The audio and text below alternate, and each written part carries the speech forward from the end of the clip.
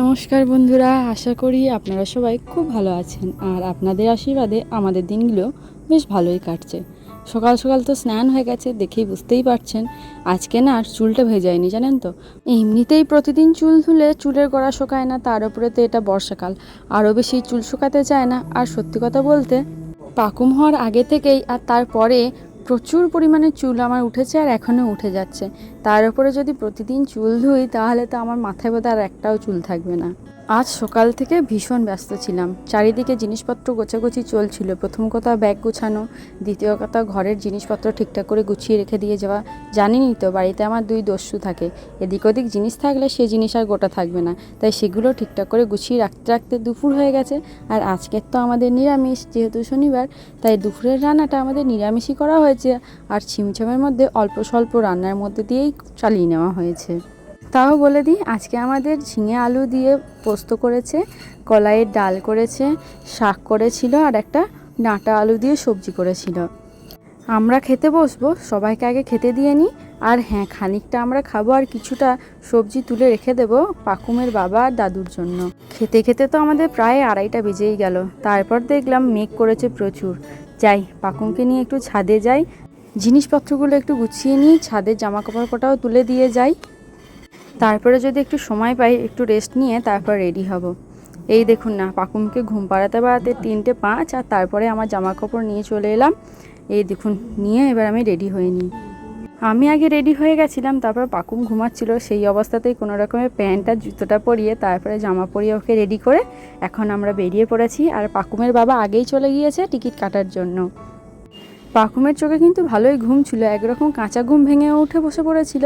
কি জানি, ট্রেনে ওঠার পর হয়তো একটু ঘুমিয়ে যাবে। আর বাড়িতে থাকলে জানেন তো, কাঁচা ঘুম ভেঙে গেলেই কান্নাকাটি করতো। যেহেতু আজকে ঘুরতে বেরিয়ে পড়েছে, তাই অতটা আর কান্নাকাটি নেই। বেরিয়েই কেমন এদিক ওদিক করে ঘুরে ঘুরে তাকিয়ে তাকিয়ে সব জিনিস দেখছে। এই দেখুন, আমরা যতক্ষণে ট্রেনে আসলাম ততক্ষণে অলরেডি 3:45 বাজছে। যদি আরেকটু আগে আসতাম তাহলেও জায়গা পেতাম, কিন্তু যেহেতু বাকি কম্পার্টমেন্টগুলো ভর্তি হয়ে গেছিলো, আমরা লেডিসে এসেছি, লেডিসটা যথেষ্ট ফাঁকা আছে আর পছন্দের মতো একটা সিটও পেয়ে গেছি। পাকুম হওয়ার পর এই প্রথম আমি আর পাকুম ওর বাবাকে ছেড়ে এতটা দূরে যাচ্ছি। আমরা ওর দাদু বাড়িতে যাই ঠিকই, কিন্তু তখন তো ওর বাবা দুবেলা আমাদের সাথে দেখা করতে যায়, কিন্তু এক্ষেত্রে আর ওর বাবা তো আর দেখা করতে পারবে না, তাই বাবারও একটু মনটা খারাপ। আর ও ট্রেনে উঠেই বাবাকে কেমন টাটা দিয়ে দিচ্ছে। পাকুমের তো এটা প্রথম ট্রেনে ঘোরা, এর আগেও বাইরে বেরিয়েছে কিন্তু কাটোয়ার বাইরে কোনোদিনও যায়নি। বুঝতে পারছি না ট্রেনের মধ্যে ঠিক কতটাও দুষ্টুমি করবে।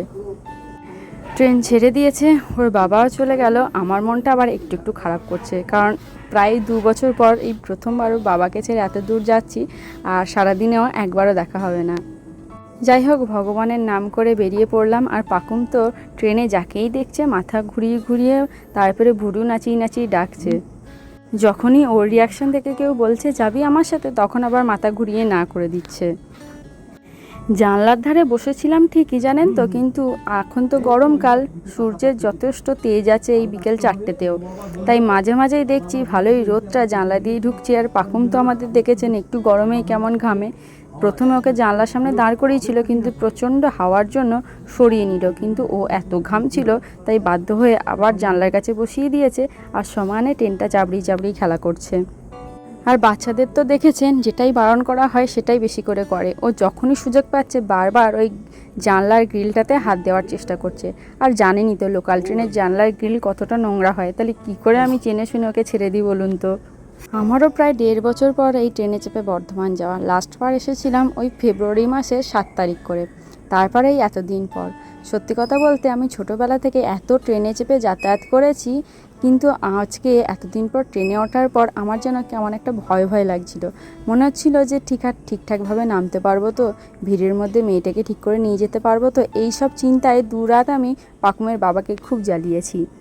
যেহেতু এই 1.5 বছর কোনোদিনও সেভাবে বাড়ি থেকে বেরোয়নি, তাই বোধহয় এই ভয়টা চলে এসেছে। নাহলে আমি তো ছোট থেকেই ট্রেনে যাতায়াত করেছি। দূরে ওই গাছগুলোকে দেখুন, দেখে মনে হচ্ছে যেন পাহাড়ের পাশ দিয়ে যাচ্ছি। সত্যি খুব ভালো লাগছে, অনেক দিন পর আসলে বেরিয়ে এলাম তো, তাই জন্য মনটাও বেশ হালকা লাগছে। চলুন, গল্প করতে করতে বর্ধমান প্রায় ঢুকেই গেলাম। আর এই যে সেই বড় ব্রিজটা, যেটা 3টে জেলাকে একসাথে কানেক্ট করেছে। চলুন এবারে বাঁক থেকে ব্যাগপত্রগুলো নামিয়ে নিই। দাঁড়ান, টোটোতে বসেছি, পাকুমের এবার একটু ঘুম ঘুম পাচ্ছে। কী জানি টোটোতে যেতে যেতে আবার ঘুমিয়ে যায় কিনা। গোটা ট্রেনটাতে তো বদমাইশি করতে করতে এলো, একটুও ঘুমায়নি। এই স্টেশন থেকে টোটোতে তো উঠলাম, কিন্তু মাঝখানের রাস্তা এত খারাপ। অ্যাকচুয়ালি হাই রোডের ওপর দিয়ে এখন আর টোটো যেতে দেয় না, গেছে অলিগলি পাড়ায় পাড়ায় দিয়ে। আর রাস্তা এত খারাপ, আমাদের তো কোমর প্রায় ব্যথাই হয়ে গেছে। দাঁড়ান, একটা জিনিস দেখায়। এই যে দূরে একটা টাউন হল দেখছেন, এই টাউন হল না, টাউন স্কুল। এই স্কুলে আমি 2023 ডিসেম্বরে পরীক্ষা দিতে এসেছিলাম পাকুমের বাবার সাথে। তখনও কিন্তু জানতাম না যে পাকুম হবে, তার কয়েকদিন পর আমরা জেনেছি যে পাকুম হবে। ডেটটা ছিল সম্ভবত ডিসেম্বরের 23 তারিখ, রবিবার। আর 2023 সাল ছিল ওটা। আর কি বলবো, সেই সময় এখন হাসি পাই এত যে পরীক্ষাটা আমি আর পাকুম একসাথে দিতে এসেছিলাম। আমার প্রেগনেন্সি টেস্টের রিপোর্ট বেরোলো, পাকুমও হয়ে গেল, মানে রেজাল্ট আউটকাম হয়ে গেছিলো। কিন্তু এই 2023-এর টেট পরীক্ষার এখনও কিন্তু রেজাল্ট বেরোয়নি। টোটো থেকে নেমে হাঁটতে হাঁটতে যাচ্ছি, আর হঠাৎ করে একটা জিনিস দেখে আমি তো অবাক। দাঁড়ান দেখাই। এই ছাদের ওপরের মানে ওই মাঝখানটায় দেখতে পাচ্ছেন একটা কুকুর উঠে বসে আছে। মা, ও ওখানে উঠলো কী করে, এইটাই আমার সবথেকে বড় প্রশ্ন। আর চুপ করে ওখানে বসেও আছে। এই দেখুন, গল্প করতে করতে আমরা চলে এসেছি। আর এতক্ষণ যে বলে যাচ্ছি কোথায় যাচ্ছি সেটা আর বলা হয়নি।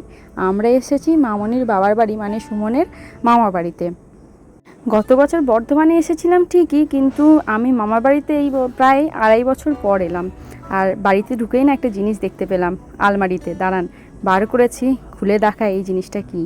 8 বছর পরে মামার বাড়ি এসে এই জিনিসটা যে দেখতে পাবো ভাবতেও পারিনি। আর তার থেকেও বড় কথা, এটা যে এত যত্ন করে রাখা আছে সেটা আমার সত্যি খুব অবাক লাগলো। এই দেখুন, নামটা দেখুন, তাহলেই বুঝবেন। এটা আসলে আমাদের বিয়ের কার্ড, মানে এটা আমার শ্বশুরবাড়ির তরফের বৌভাতের নিমন্ত্রণের কার্ড। বাড়িতে আমাদেরটাও আছে, মানে আমার ওই বাড়ির কার্ড আর এই বাড়ির কার্ড, কিন্তু কোথায় রাখা আছে আর মনে নেই। পাকুমের অন্নপ্রাশনের কার্ডটাও আমি গুছিয়ে রেখে দিয়েছি। আর এই দেখুন, প্রথমেই ও যে এই বাড়িতে এসেছে, কেউ ওকে দেখে বলবে, এসেই ওকে যখন ছেড়ে দিয়েছি, দিব্যি একা একা কি সুন্দর খেলা করছে।